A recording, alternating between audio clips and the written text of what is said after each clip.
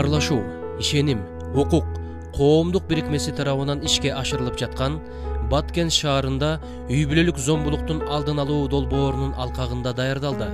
Долбоорду АКШнын Кыргызстандагы элчилигинин демократиялык комиссиясы каржылайт. Саламатсыздарбы, урматтуу радио көрөрмандар. Сиздер үчүн аял азабы аттуу уктурууну сунуштайбыз.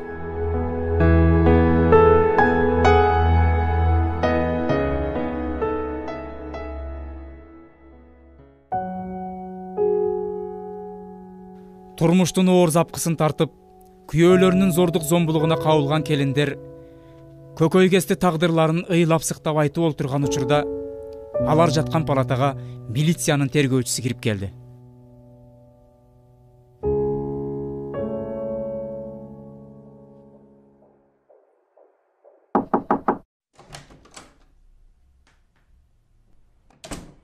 Саламатсыздарбы? Кечиресиздер. Мен милициянага тергөөчүсү болом. Атым Данияр. Мен Жамбат аянын милицияга жазган арыз боюнча келдим. Бир нерселерди тактап алайын дедим эле. Саламатсызбы? Арыз жазган мен. Жамботоева Жазгүл мен боломун. Бирок арызымды кайраламын. Эмне болду? Сиздин арызыңыз каралбай жатып, кайралам дегениңиз кандай? Мунун себеби бар. Күйөөмдү каматып, жашоомду бузгум келбейт. Арызыңыз катталып калды эле. Бирок күйөөңүз менен жарашып алган болсоңуз, анда кандай чечим кабыл аласыз? Өз эркиңиз. Сизчи ажереже? Мен сизди ушуну менен бул жерде 3-чү жолу көрүшүм. Урушуңар көбөйүп баратат. Эми бул жолда күйөөңүзгө даттанып арыз жазбасаңыз, анда мен сизди таптакыр түшүнбөйм. Ажар деген кимиңиздер? Сыртта бирген бир күтүп турат.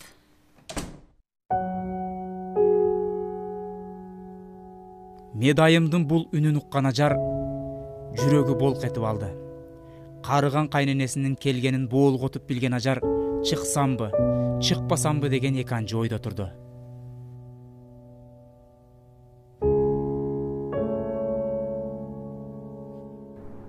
Алло.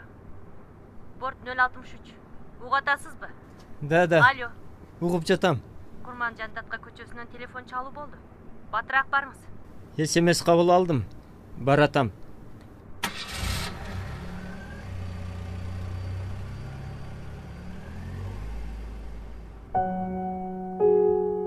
Шаардагы такси кызматында иштеген Самат айтылган дарек боюнча барган учурда бир эркек киши 2 милиция кызматкери менен тарткылашып жатыптыр.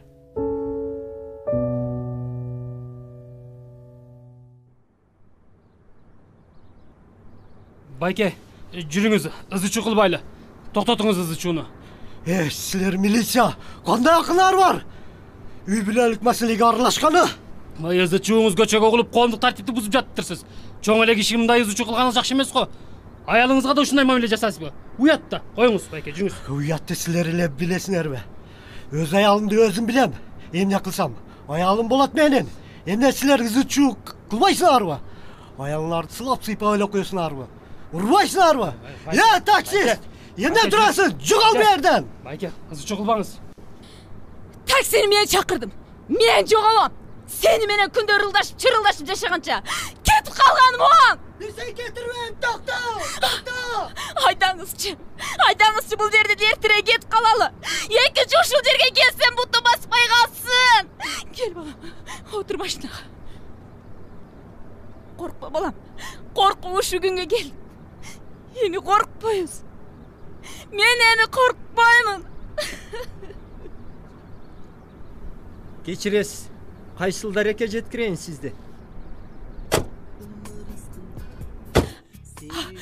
Кечиресиз. Өзүмдү билбей турам. Мектептин жанында подружкам бар. Ошонукуна жеткирип коюңуз. Акмак. Жок, мен акмак. Бал тилине алданып буга турмушка чыккан. 6 жыл Россияда жүрүп келип алып. Кана мен салган акча. Эмне кылдың? Кимге бердиң деп. Чын колумга миллионду салып койгонсузбу. Бир жылда бир салган акчасын сурайт. Же жер катып акча салсачы. Сиздер Салам радиосун тыңшап жатасыздар. Экономикалык каатчылыктан улам Сиз айткандар эке келдик. Келип калдыкпы? Мен радионун үнүн тыңшап кеттим. Белгилүү психолог Нарбөбө Эшимбекова. Мына жол кире акынсыз. Ал эми бүгүнкү темабыз дүйнөлүк пандемия шартындагы үй-бүлөлүк мамиле туурасында болмокчу. Айтсаңыз. ооба, сиз айткандай эле эркектердин зомбулугунан жабыр тарткан аялдарыбыз жыл өткөн сайын көбөйүп бара жатат. Биздин кризистик борборго кайрылган аялдардын күйөөсүн чакырып, түшүндүрүп, кеп кеңешибизди айткандан кийин жакшы жашап кеткен учурлар толтура. Бир мисал айтып берейин. Түнкү бул окуяга күбө болгон Самат унаасын айдап бара жатып, өз турмушун ойлоп, ойго батып кетти. Келинчегине туура эмес мамиле кылганын эстеп, өзүн жек көрүп, келинчеги жаткан оорукананы карай унаасын айдап жөнөдү.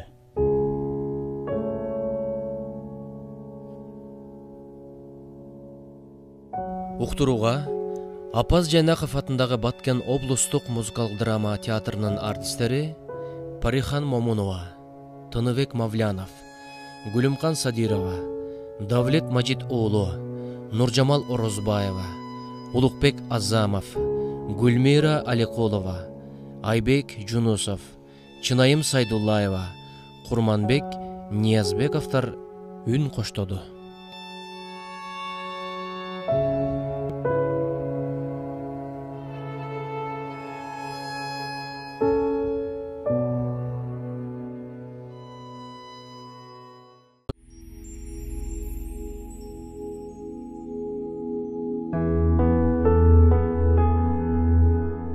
Баарлашуу, ишеним, укук коомдук бирикмеси тарабынан ишке ашырылып жаткан Баткен шаарында үй-бүлөлүк зомбулуктун алдын алуу долбоорунун алкагында даярдалды. Долбоорду АКШнын Кыргызстандагы элчилигинин демократиялык комиссиясы каржылайт. Саламатсыздарбы, урматтуу радио угармандар? Сиздер үчүн Аял азабы аттуу уктурууну сунуштайбыз.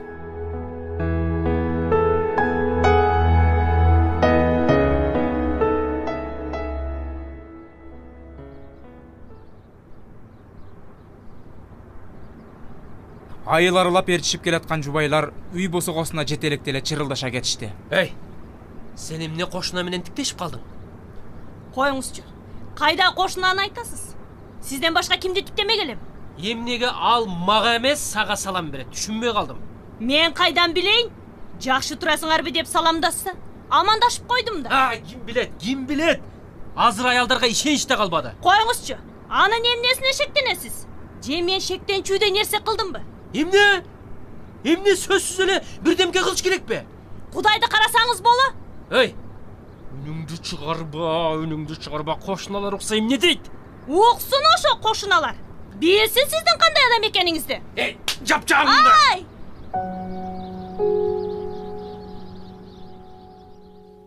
Мындан бир жума мурда үй бүлөдөгү болуп өткөн жаңжалдуу окуяны кайра көз алдынан өткөрүп, керебетте жаркынай чүмкөнүп жатат. Райондук оорукананын сыныктар палатасында жаткан аялдар үй бүлөлүк жаңжалдан жапа чегип, дене бою гана эмес, жан дүйнөсү жанчылып келишкендер. Турмушка чыкканыма 1 жыл боло элек. Ооруканада эмес, көшөгөдө олтуруп, күйөөм эркелеп отурсам болбойт беле. Азыркы заманда эркелете турган күйөө бар бекен өзү? Күйөөлөрдүн мындайын билгендечи, мен такыр күйөөгө чыкмак эмесмин. Колумдан соткам алып күйөөм бетке чаап жиберди. Кайненамага кошулуп колунан сотко түшпөгөн келиндин бизге кереги жок деп. Ой, азыр соткасыз жашоо жок да айланайын. Азыр роддомдон чыккан балаңа деле сотка алып бересиң. Эмне кереги бар андай түшүнбөгөн эрдин? Тез ажырашып, чыгып кет ал үйдөн. Ой, кайда кетмей келем. Үйгө кетип калайын десем, атенем Россияда. Ал эми бир тууган агам өз үй бүлөсү менен балдарын багып араң жашап атат. Ой, сен го 6 ай жашап, жаңы келген келин экенсиң. Мен күйөөмө 3 кыз төрөп, 8 жылдан бери чогуу жашап, бир жакшылык көрбөдүм. Эркектин баары ошол. Аялдын үйдөгү жумушун эч ким көрбөйт да, баалабайт да. Менин күйөөм акча көп тапкан сайын ызы чуусу көбөйүп, ичкенин койбой, ичип эле алса, сен элдин катындарындай ул төрөп бербедиң деп жүрөгүмдү кысып, анын артынан урушуп кетебиз.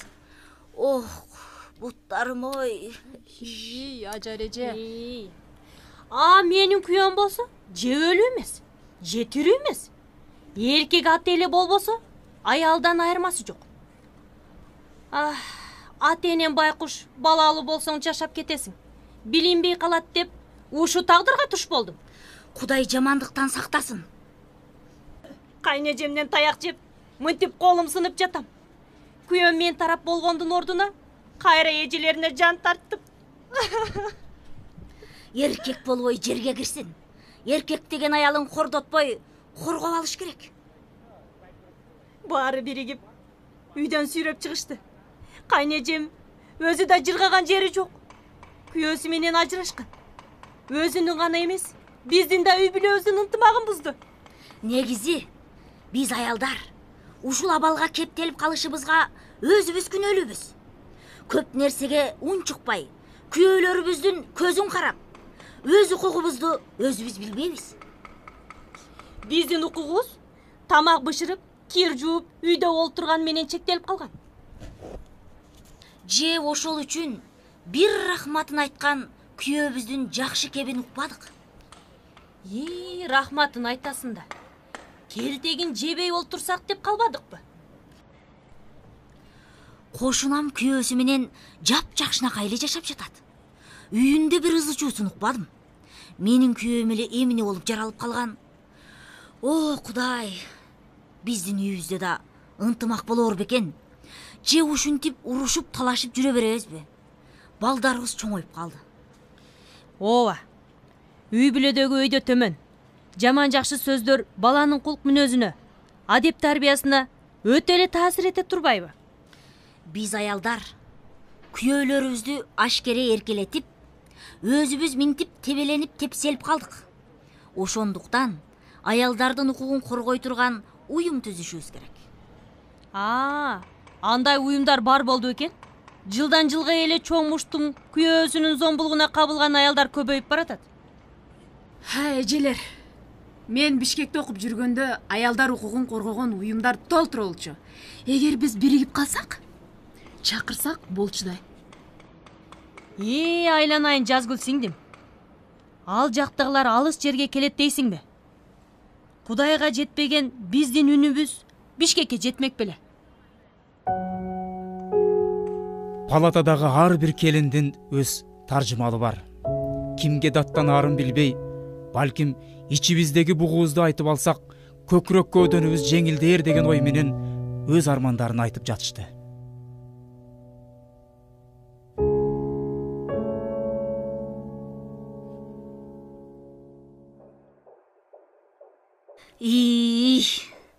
Ушинтип больницага 4-5 жолу жаттым. Карыган кайненем бар. Үстүмө үйрүлүп түшүп, кечирим сурап келсе чыдай албай, байкуш карын аяп, кайра эле зулум күйөөмдүн алдына барам. Кантмек элек. Бешенеге жазган ушул болсо.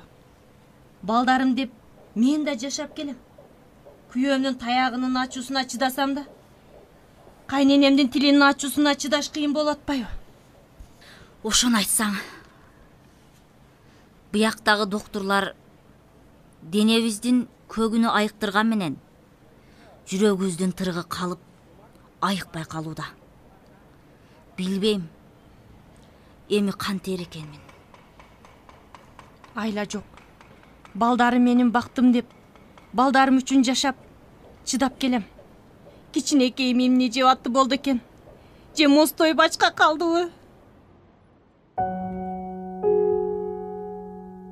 Турмуштун оор запкысын тартып, күйөөлөрүнүн зордук зомбулугуна кабылган келиндер көкөйкести тагдырларын ыйлап сыктап айтып олтурган учурда алар жаткан палатага милициянын тергөөчүсү кирип келди.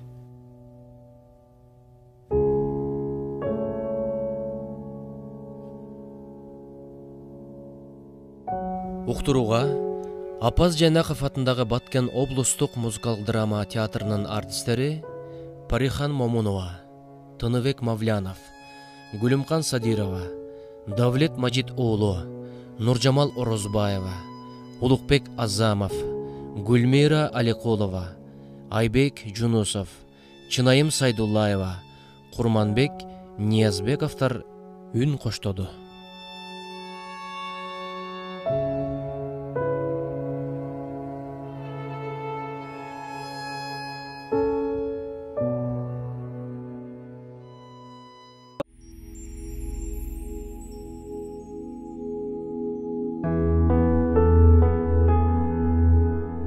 Баарлашуу, ишеним, укук, коомдук бирикмеси тарабынан ишке ашырылып жаткан Баткен шаарында үй бүлөлүк зомбулуктун алдын алуу долбоорунун алкагында даярдалды.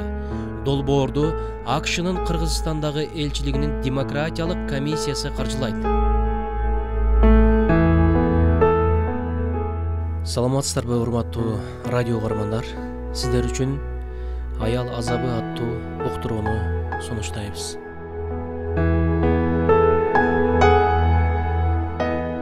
Самат ооруканадан келинчегин ээрчитип чыгып, унаасына салып, түз эле мешитке молдекеге алып келди. Таң атпай туруп намазын окуган молдеке жаш жубайларын ээрчитип келгенине таң калбай, көндүм көрүнүштөй эле кабыл алды.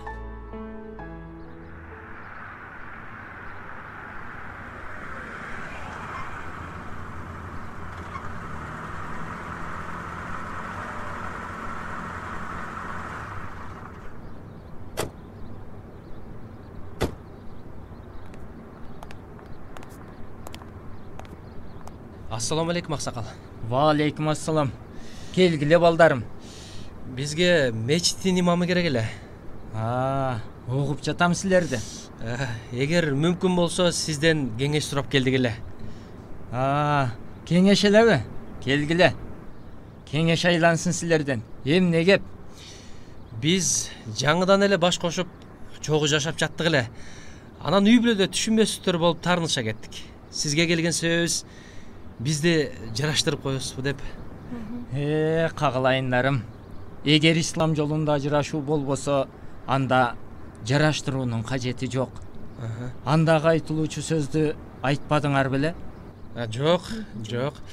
Жөн гана ачуу үстүндө келинчегиме катуу сөздөрдү гана айткам. Андай болсо, көңүлүңөргө катуу айтып койгон болсоңор, анда ыйман жолунда таалим тарбия болчу сөзүмдү айтып койсом, ашыктык кылбас. Туура айтасыз ата. Биз жоңана көңүлүбүздү оорутуп эле, түшүнбөстөр болуп кетти эле. Угуп тургула анда балдарым. Үй бүлө деген бул чоң жоопкерчилик, милдет, түйшүк. Керек болсо бул сыноо. Эгер сыноону биргеликте жеңсеңер, анда силерди келечекте чоң ийгиликтер күтүп турат. Өзүм да билбей калдым. Жаңы үйлөнгөн турбайсыңбы? Ооба. Келинчегиңди сөзүң менен мактап, жылуу мамилең менен кубаттап, сенин жашооңдо анын орду чоң экенин мамилең жана сөзүң менен билдирип турсаң эле, аял заты эркек үчүн көп курмандыктарга даяр. Акылдуу кебиңизге рахмат молдеке. Убактыңызды алсам кечирим сураймын. Менден кечирим сурай турган жумуш кылган жоксуң. Менин убактымды алган да жоксуң. Болгону өзүңдүн жашооңдогу убактыңды жоготуп атасың. Туура айтасыз молдеке. Мени шайтан азгырды дейм.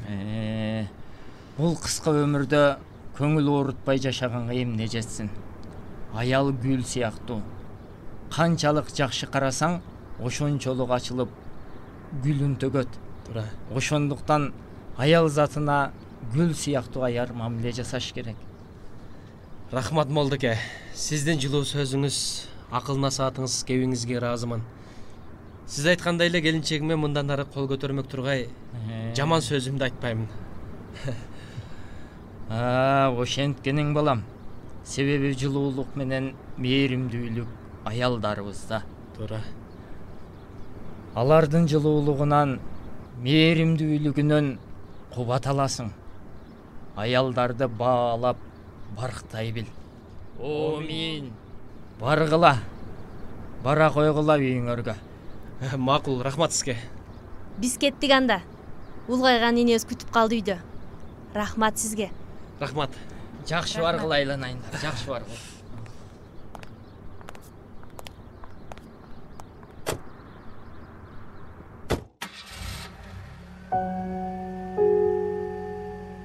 Айыл үстүнө күн нурун тегиз чачып, таң атып келе жатты. Мечит имамынын таасирдүү кептерин угуп, мечиттен чыккан Самат келинчегин жанына олтургузуп, унасын зуулдатып үйүн карай айдап жөнөдү.